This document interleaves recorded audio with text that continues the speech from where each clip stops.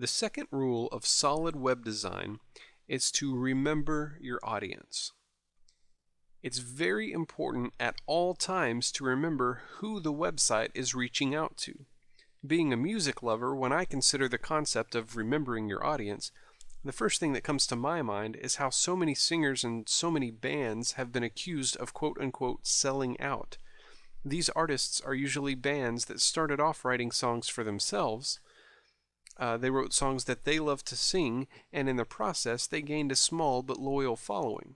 After a couple of years and a couple of albums, they discovered they weren't making enough money, so they decided to change their strategy and start writing songs that would appeal to a much larger audience.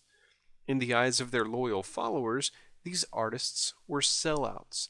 Their music was little more than a shadow of what it had once been, and in an effort to gain a wider audience, the band had completely changed its style.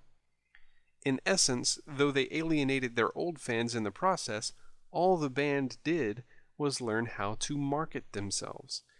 Instead of continuing to write songs for themselves, they began to write for an audience. More specifically, they began to write for a larger audience that would ultimately make them much richer than their original fans. As web designers, we can learn a lot from this illustration. The biggest thing we can learn from this is that we need to design websites for the intended audience. Your job is not to create a website that you will like, nor is it to create a website that your client will like, although it may be difficult sometimes to convince your client of that. Your goal should be to create a website that your audience will like and that your audience will want to visit again and again. If you're able to do this, then your website will be successful. Keep in mind that the content of the website you're designing is focused towards a specific audience, and it would be a big mistake to think that the design of the website shouldn't do the same. As you're designing, you must always keep in mind who you're designing for. If you're not sure who your audience is, then you will need to do a little research. Sit down with your client and ask them about their target audience, and ask them to be as specific as possible. If you're designing a website targeted towards elderly men with achy joints, then your design will likely take on a whole different look than if you were designing for 5-year-old girls. Once you've defined who your audience is, you need to ask yourself what your audience wants to see. 5-year-old girls, for example, probably don't want to see a website with browns and tans and grays. If most little girls are like my niece, they probably want to see a lot of pink. Now, that's a very simple example, but you get the idea. One very effective exercise would be to test out a few designs on someone who matches the demographic of your audience. If I'm designing a website selling Barbie dolls, for example, then there's probably no one out there who could give me better input than a 7-year-old girl. Now, don't get me wrong, they're probably not going to make typography and layout suggestions to you, but it's very easy to tell whether or not they'll like what they're looking at. So generally, I like to design come up with a few different designs, and then find somebody from the target demographic and have them look at those designs and tell me what they think of them. If it's someone like a 7-year-old girl, then they might not be able to tell me in detail what they like or don't like about the site, but you can tell just by looking at their faces if they like what they're looking at. So you need to ask yourself, what does your audience want to see? Another valid question to ask yourself is, how does my audience spend their time? Even if your website isn't about golf, for example, it might help you to get in the right mindset if you discovered that 80% of the people in your target demographic are avid golfers. In such a case, it might benefit you to take a look at some golfing websites and magazines to find the types of color schemes and typography that your users are used to seeing that might put your audience in a relaxed, familiar environment where you're then able to reach out to them and get their attention. Much of good design is a subconscious process, and if we're able to reach out to people by showing them things that they're familiar with, color schemes and typography, things like that they're familiar with, then hopefully it will be easier to reach out to them. So you need to ask, how does your audience spend their time? Another thing to consider is your competition. If you're designing a website for a dentist, for example, you might take a look at other dental websites to see if there are any common themes that persist among them. And you don't want to copy other websites, by no means. In fact, that's the last thing you should do. But if you've got your fingers on the pulse of that particular market, then it may help you when making certain design-related decisions. Then, once you've looked at the competition, it might benefit to ask yourself if there is a more specific audience that you can target than the audience targeted by the competition. For example, if the dentist you're designing for focuses mostly on children, then your website may take a whole different design approach. So how does the competition appeal to your target audience? Another question that should merit significant attention is, what does the audience expect? Now, this is a very, very important question, and it needs to be asked about every aspect of your design.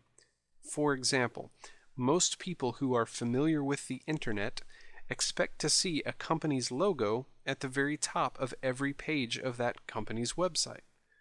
Furthermore, they expect to be able to click on that logo in order to go back to the home page of that website. Now, this is not an area where you want to start getting creative. If your user is expecting to go back to the home page, then you'd better take them there. Save your creative energies for things that won't confuse your audience. This is especially important when we're talking about Flash websites. With Flash, you're able to create so many cool things. You're able to create animations, interactive animations. You click on one thing and it does something crazy, something you didn't expect. And so people are trying to get really, really creative with their Flash websites. But that can be very, very dangerous, especially if you're trying to reach out to an audience in order to sell them something or in order to share information with them. If your Flash website is simply for artistic purposes, then by all means get as creative as you want. Now, even then, you might have some limits that you need to consider. But if you're creating to try to sell a product or a service, if you're trying to reach out and share information, then you still want to ask yourself, especially if you're using Flash files, what does the audience expect? You don't want to get too creative with your navigation structure, for example. You don't want to create menus that the user's not going to be able to figure out. I've seen a lot of Flash websites out there that have just some crazy navigation. They have buttons that are moving around on the stage, and you have to move your mouse cursor along and try to click on that button in order to go to that page. And really, that's just ridiculous. If you're trying to share information with someone, you don't want them to have good hand-eye coordination in order to go to that page. You just want them to be able to click on a button to go there. So, especially when you're dealing with Flash, you need to be especially careful because it's so easy to go overboard when you're designing websites in Flash. I've seen other websites that the buttons weren't even labeled. You didn't know what each button did until you hovered over the button, and then maybe some text would pop up that told you what the button did after you hovered over it. Or even worse than that, you hover over it and it just changes to a shape that still really doesn't tell you what that particular button does.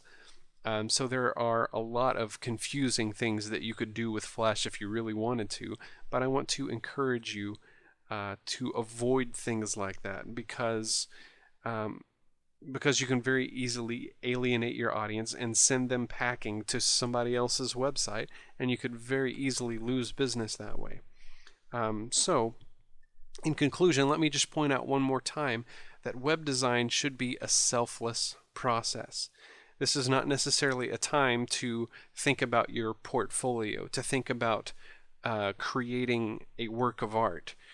In other words, you shouldn't be designing a website to suit your own tastes. You don't want to build a website that's going to impress your friends or impress your family.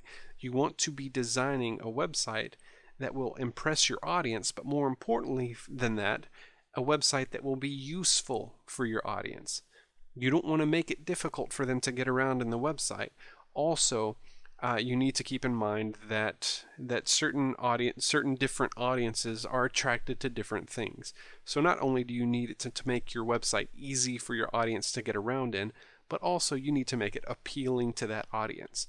Different people are going to be attracted to different color schemes and different fonts and things like that. So try to keep an eye on the pulse of the design industry. Take a look around you at different types of websites and see what different types of designs are being used on those websites. When you're looking at other websites, ask yourself, who is that website trying to target? And then take some notes and write down if you think that they're doing an effective job of trying to target that audience. Run some usability tests on these websites. See if it's easy to get around on those websites, and take notes. And that's one of the best ways to learn, is by looking at other people's websites, taking notes, and seeing how you can apply that to your own work. So once again, let me just encourage you to take the time to get to know your target audience. If you get to know your target audience, if you get to know what they like, what they don't like, what they're used to seeing, what they want to see, how they spend their time, how the competition is appealing to that audience, what this audience expects in terms of functionality and design.